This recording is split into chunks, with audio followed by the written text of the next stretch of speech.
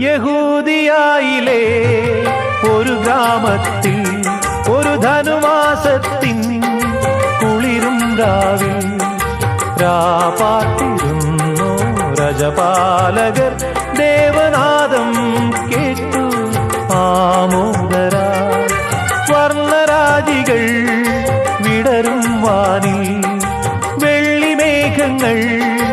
ഒഴുകും രാവിൽ താരക